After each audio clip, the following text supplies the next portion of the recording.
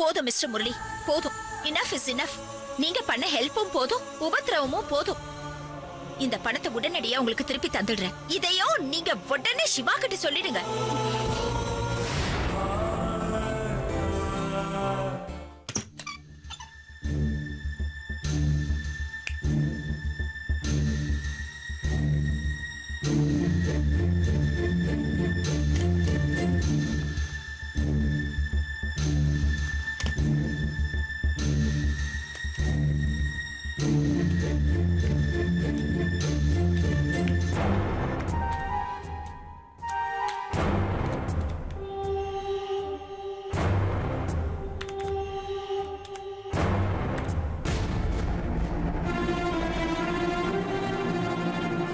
அப்பா எந்த நேரத்திலே வந்துடலாம். அதுக்குள்ள பாஸ்வேர்டை கண்டுபிடிச்சு பெங்களூர் மாப்பிள்ளையோட இமெயில் ஐடி எடுக்கணும்.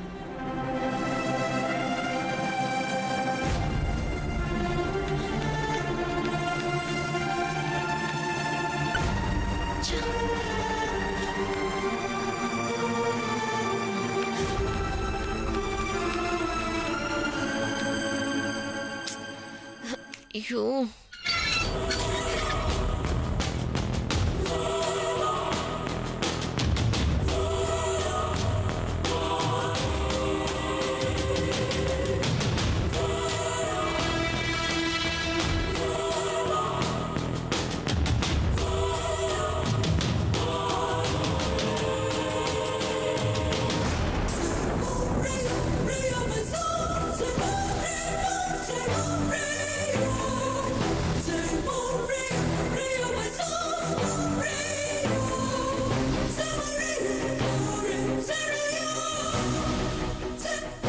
பாட்டி பேரு இல்ல அம்மா பேரு, அப்பாவுக்கு பிடிச்ச ஃப்ளவர், கலர்.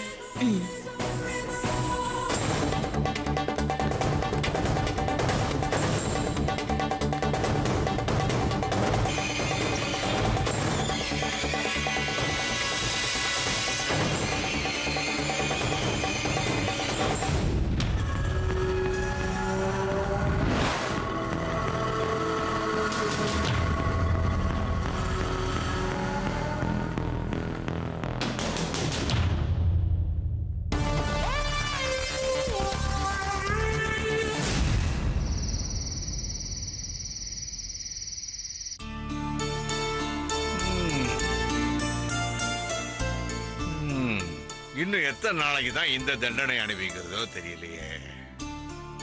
அங்கே இங்கேயும் வெயில அலைஞ்சு தெரிஞ்சு நம்ம கலரே டல் ஆயிடுச்சே. ஏதோ படத்துல சொல்ற மாதிரி எப்படி இருந்தனா இப்படி ஆயிட்டேன்னு சொன்ன மாதிரி ஆயிடுவோம் போல் இருக்க. இன்னொரு தோசை போடட்டுமாமா? வேண்டாமா, போதும். அம்மா, பிரகாஷ் எங்கம்மா? சாப்பிட்டானா? இல்ல, சாயங்காலம் வரும்போது ஏதோ டல்லா வந்தான். மேல ரூமுக்கு போனவன் வரவே இல்ல.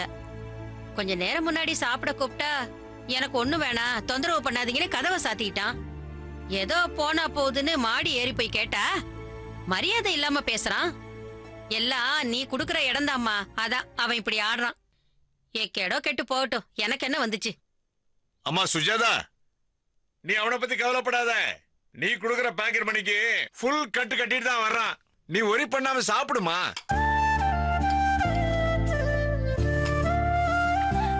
ஏமா அதுக்குள்ள கை கழுவிட்ட? எனக்கு போதுமா.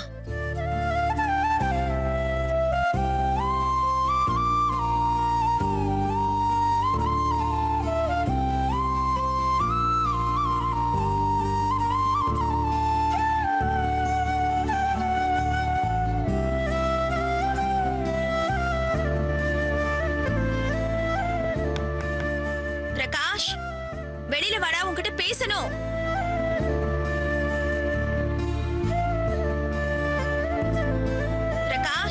வெளியில வாடா, உன்கிட்ட பேசணும்.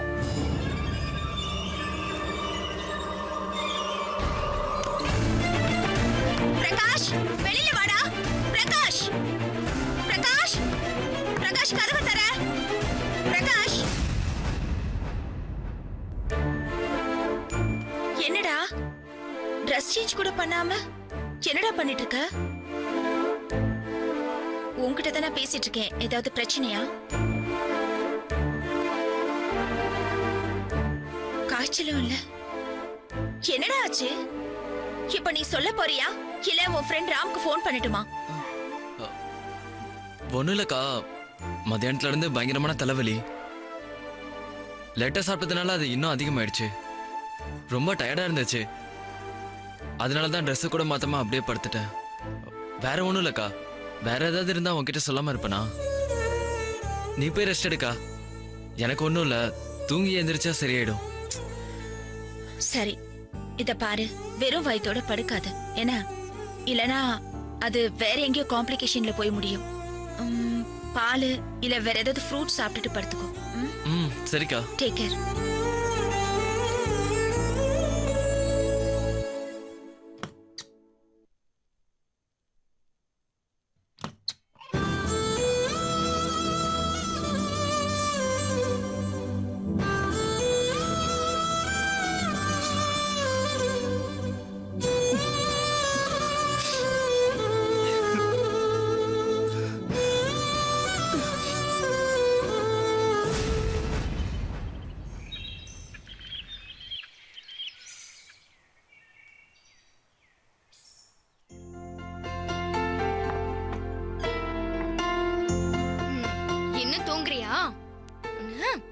அண்ணா அண்ணா டைம் ஆகுதுண்ணா, எழுந்திரீங்க.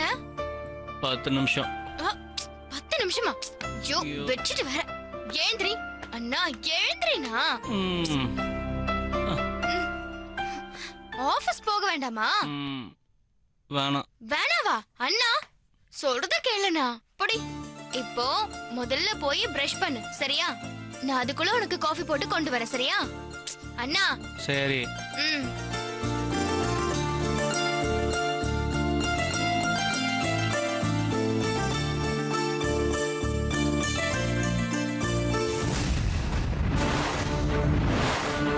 எங்க போனாரு?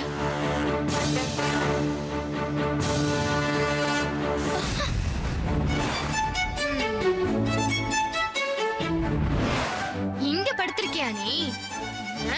இரு வர.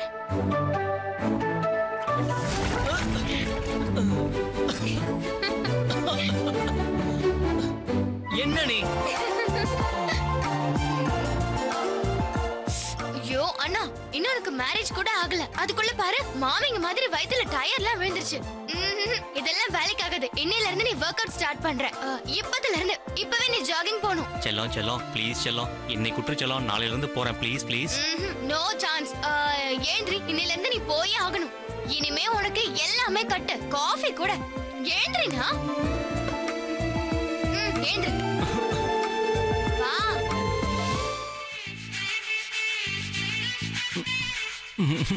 சந்தியா ப்ளீஸ்மா, அண்ணனை கொஞ்சம் விட்டுருமா. உனக்கு ஏதாவது பியூட்டி பார்லர் ஆரம்பிக்கணும்னு ஐடியா இருந்துச்சுன்னா, ட்ரைனிங் எடுக்கணும்னா நான் வேற யாரையாவது அரேஞ்ச் பண்ணி தரேனே. இல்லைன்னா அர்ச்சனாவை கூப்பிட்டுக்கோ ப்ளீஸ், என்னை விட்டுரு. ஐயோ அண்ணா, பேசாத. பேசக்கூடாதுன்னு நான் சொல்லியிருக்கேன்ல. காமினா, எவ்வளவு நேரமா உட்காந்துட்டு இருக்கிறது? இதெல்லாம் லேடிஸ் பண்ணிக்கிற விஷயம், எனக்கு எதுக்குமா? என்னன்னா இப்படி சொல்ற? ஊர் உலகத்துல ஆம்பளைங்கள ஃபேஷியலே பண்ணிக்கிறது இல்லையா? எல்லாரும் எப்படி எல்லாம் ஹெல்த் மெயின்டைன் பண்ணிக்கிறாங்க தெரியுமா? வர வர நீ ரொம்ப மோசமாயிட்ட. நான் இங்க இருந்தப்போ உன்னை நல்லா பாத்துக்கிட்டேன். நான் போனதுக்கு அப்புறம் நீ கேர் எடுத்துக்கிறதே இல்ல. உன்னை நீ யாரு நினைச்சிட்டு இருக்க? நீ என்ன வெட்டியா வீட்டுல உட்காந்துட்டு இருக்கியா? பேங்க்ல அசிஸ்டன்ட் மேனேஜரா இருக்க. இன்னும் 6 மாசத்துல மேனேஜரா கூட ப்ரமோஷன் ஆகலாம். ஒரு பேங்க் மேனேஜர்னா லுக் எப்படி இருக்கணும்? லேட்டஸ்ட் ஆர்யா மாதிரி இல்லனாலும் அட்லீஸ்ட் அந்த காலத்து அரவிந்த் சாமி மாதிரியாவது இருக்கணும்ல.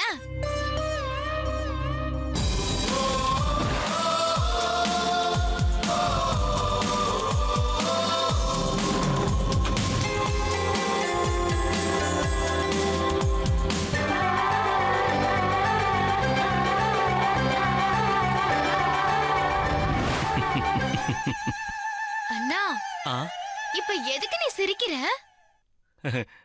இல்ல, பேங்க் மேனேஜர்னு சொன்னதும் எனக்கு என் பிரான்ச் மேனேஜர் சுஜாதா ஞாபகம் வந்துருச்சு. புதிய வார்ப்புகள் படத்துல பாக்கியராஜ் கண்ணாடியை போட்டு அப்படி இப்படி சுத்துவா இருப்பாரு, அந்த மாதிரி.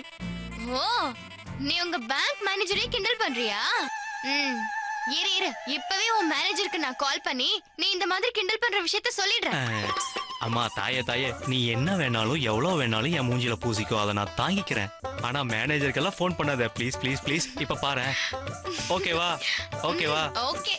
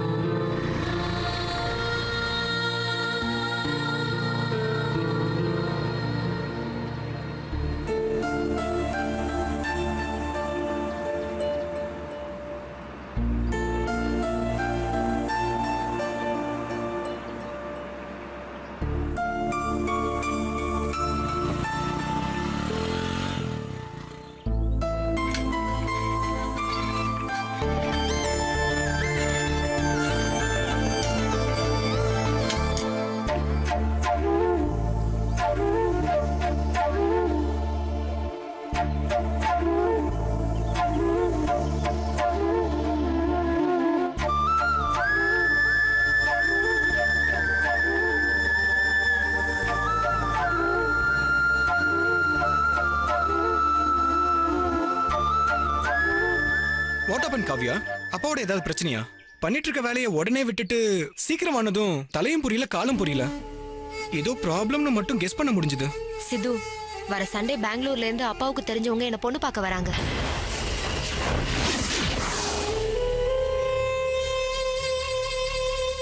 பையன் யூஎஸ்ல ஒர்க் பண்றான். ஹாரோஸ்கோப் எல்லாம் பார்த்தாச்சு. இன்ஃபேக்ட் என் போட்டோவை பார்த்தே அவன் என்ன பிடிச்சிருக்குன்னு சொல்லிட்டானா. இப்ப அவங்க வரதே என் கல்யாணத்தை பத்தி பேசி முடிவெடுக்கதான். உன் படிப்பு முடிகிற வரைக்கும் உங்க அப்பா உன்னோட கல்யாண பேச்சை எடுக்க மாட்டாருன்னு என்கிட்ட சொன்னேன். இப்ப மட்டும் என்ன திடீர்னு? நீ இப்போ கல்யாணம் வேணான்னு ப்ரொடெஸ்ட் பண்ணலையா? என் விருப்பத்தையோ இல்ல நான் வேண்டான்னு சொல்றதையோ யாரு கேட்க போறாங்க? அதை விட இந்த அலைன்ஸ் விஷயத்துல வேற ஏதாவது டிஸ்டர்பன்ஸ் வந்துச்சுன்னா அது எதுவா இருந்தாலும் இல்லாம பண்ணிடுவேன்னு 4 நாள் முன்னாடியே ஸ்ட்ரிக்டா அப்பா வார்னிங் கொடுத்துட்டாரு. அவர் யார எதை சொல்றாருன்னு புரியுதா சித்து? சரி, என்ன எதுக்கு நீ அவசரமா வர சொன்ன? அத சொல்லு. ஒண்ணும் இல்ல, கடைசியா உன்னை பார்த்து நேர்ல விஷயத்த சொல்லிட்டு ஹேண்ட் ஷேக் கொடுத்துட்டு ஒரேடியா பாய் சொல்றதுக்கு தான். இடியட், என்ன ஆம்பளடா நீ?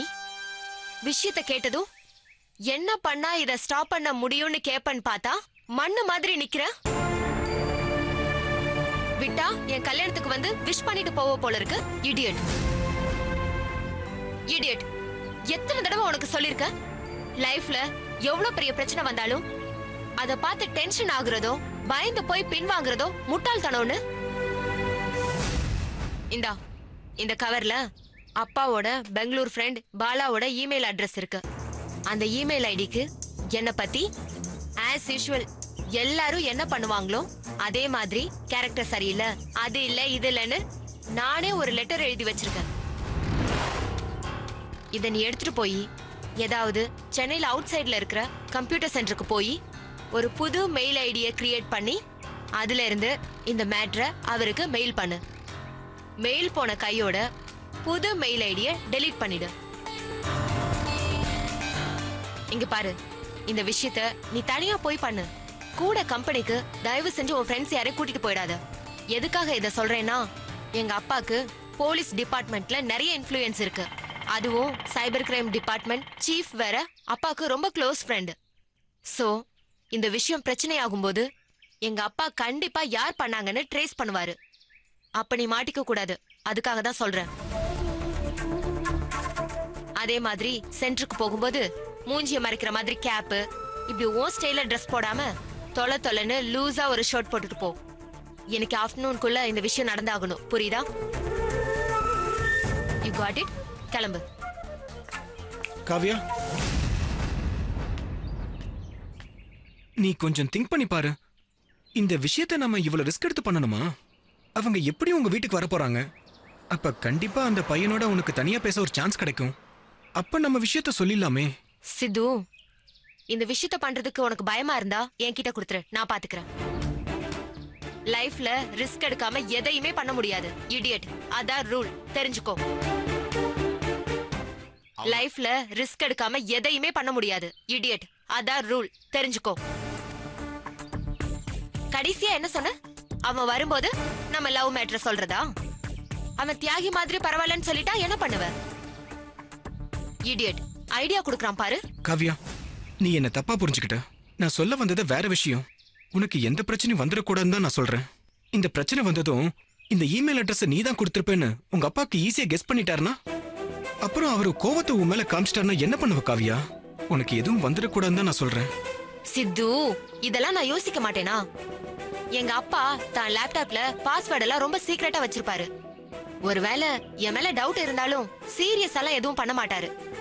அவருக்கு தெரியாம நேத்து ரொம்ப கஷ்டப்பட்டு அதை ஹேக் பண்ணி எடுத்தேன். சரி, டைம் ஆயிடுச்சு. அப்பா கிளம்புற டைம். பார்த்தாருன்னா பிரச்சனை ஆயிடும். நான் சொன்ன மாதிரி பண்ணு, சொதப்பிடாத. பை. சித்து, நம்ம லவ் யாராலையும் பிரேக் பண்ண முடியாது. விட மாட்டேன். I have faith in love. அது நம்மள ஜெயிக்க வைக்கும். பை.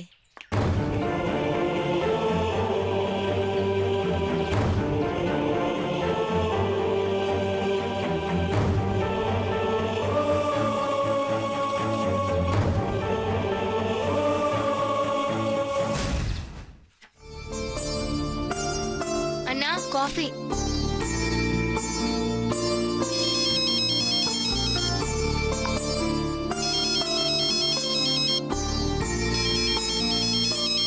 யாருமா? நந்தனா? சரி கொடு, நான் 2 வார்த்தை பேசுறேன். போதும் போதும், நீ அப்புறமா பேசிக்கோ. நானே 2 நாளா பேசலன்னு இருக்கேன். போனா.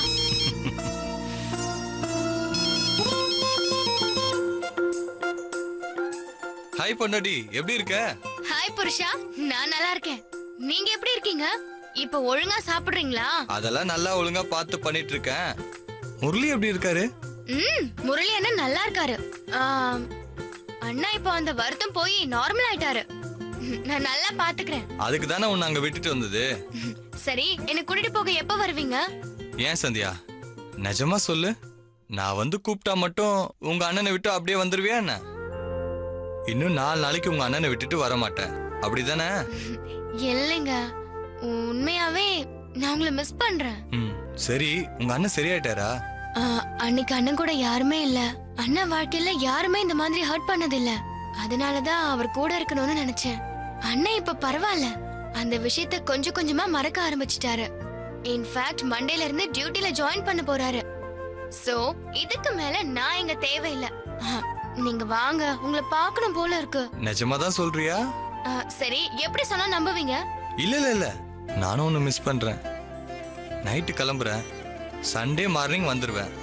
உன்னை வந்து கண்டிப்பா கூட்டிட்டு போறேன். என்ன, வச்சுட்டுமா? பாத்துக்கோங்க, நைட் ரொம்ப நேரம் வெளியே சுத்தாதீங்க.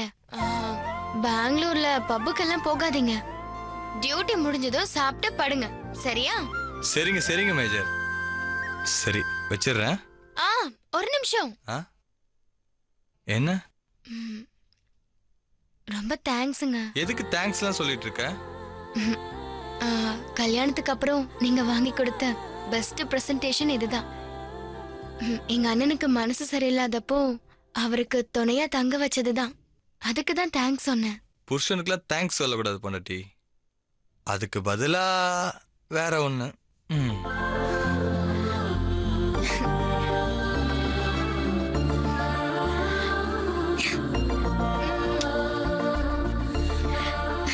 ஓகேவா? Okay okay. Bye by.